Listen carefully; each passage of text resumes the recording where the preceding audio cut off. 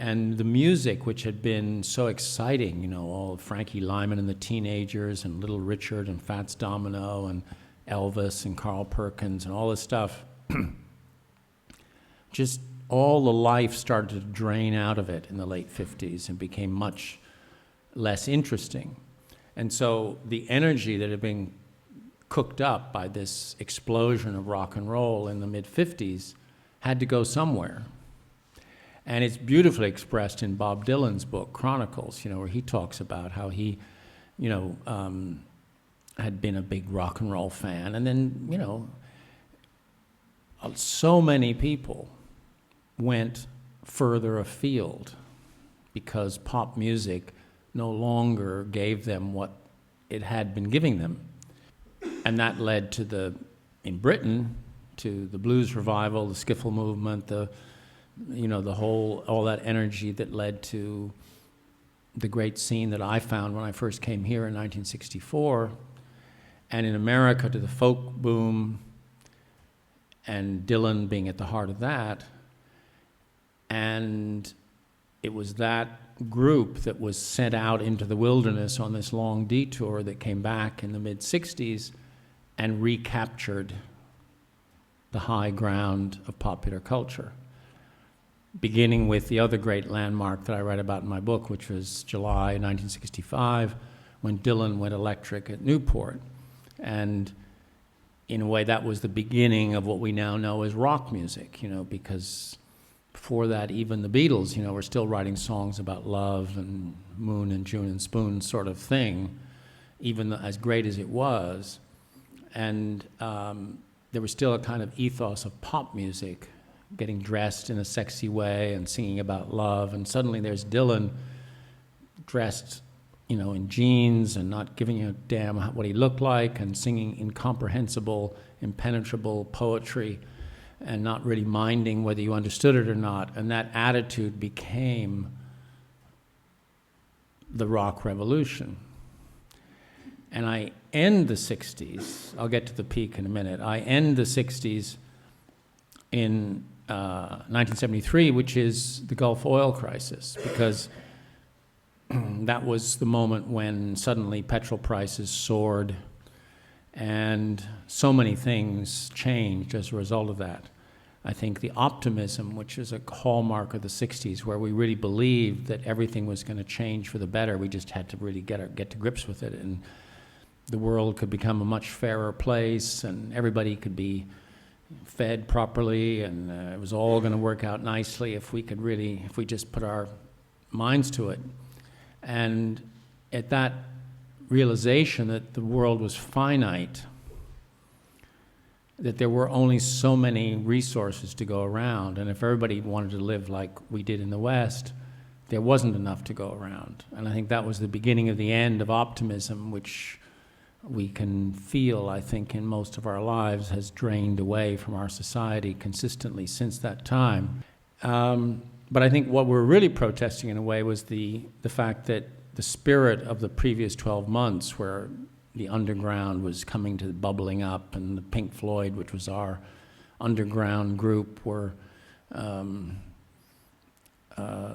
know, suddenly they were on the charts, and weekend hippies were flooding down to the UFO Club to kind of join into this thing. The whole thing was beginning to feel like it had turned into a kind of pop trend instead of a real movement. And so many people who didn't really feel the same way we did about things were the ones, you know, filling up all the space at the gigs and the concerts. And the spirit was just little by little draining out. And Syd Barrett was kind of losing it, you know, he'd gone too far out there, taken too much acid. He stood there a couple of weeks later on stage, or a couple of weeks earlier on stage with his arms at his sides, didn't play the guitar, didn't sing. And Hoppy was in jail, and Hoppy and Syd were the two key figures in the London underground scene and that whole energy. And so by that date, all that energy, that kind of long upward swoop that had started with Bob Horn getting fired, going through the folk movement, the blues revival, and Dylan going electric, and the incredible outpouring of creativity from all these bands on both sides of the Atlantic. By the summer of '67, it was right after Sgt. Pepper had been released, and suddenly everything we've been doing had kind of turned into a marketable commodity. And so that's the point I choose as the beginning of the decline, ending in '73. Coming from Edinburgh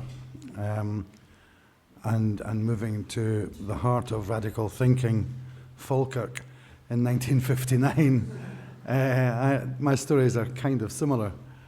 I agree so much with Joe. It's so hard to talk about a decade like from the zero to the next zero, you know, at the other end. It does sort of begin halfway through the decade before and maybe extends into the 1973 is when I ran the Edinburgh Pop Festival with the incredible string band and Fairport Convention at it, and that kind of ended a period for me as well.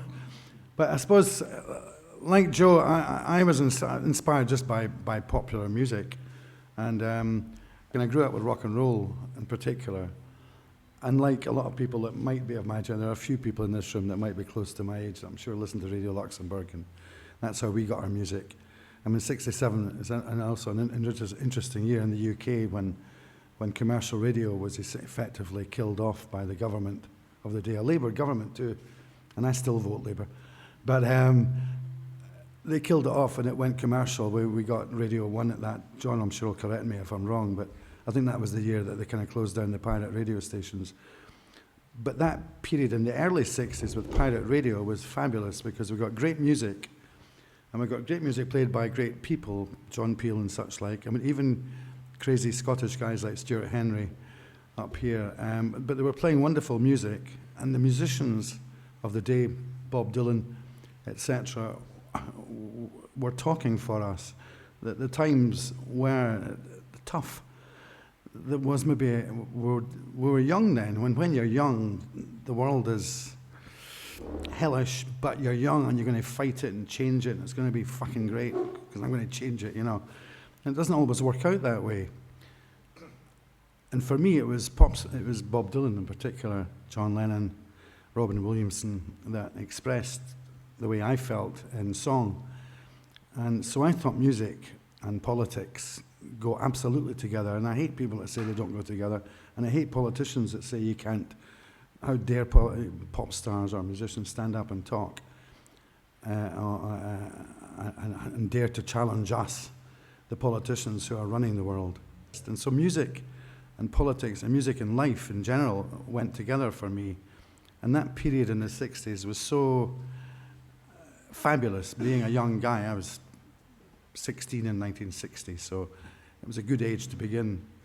And throughout the whole of the '60s, my intention was to get involved in this one way or the other, and that's why I started in records because of my mum, to be honest. And throughout the '60s, I worked in different record shops in London, and I love the fact you say it kind of hit a peak in July '67, and you were talking about London in particular, because I was in London from 1966 to '67, running a record shop in Westbourne Grove called Disky, and the music that was being presented at the time, whether it was Dylan or Hendrix or the Beatles or the Stones, or we can go on and on and on, Love, The Doors, etc., was so revolutionary, so different from what the establishment liked and believed in.